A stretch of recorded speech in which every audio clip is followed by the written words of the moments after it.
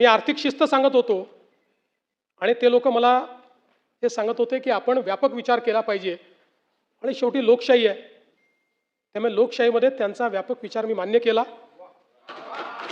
आणि आता हे जे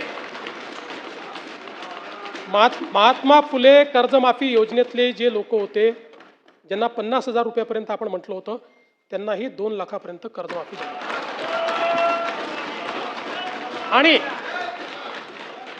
त्यासोबत 26-27चा जो नियम आहे तोही वगळण्यात येईल.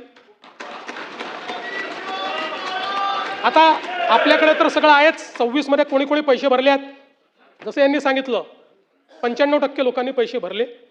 त्यामुळे आता त्याच्या आधीच्या 3 वर्षातले कुठलेही 2 वर्ष ज्यांनी रेग्युलर भरलेले आहेत ते सगळे लोक याकरता पात्र होतील.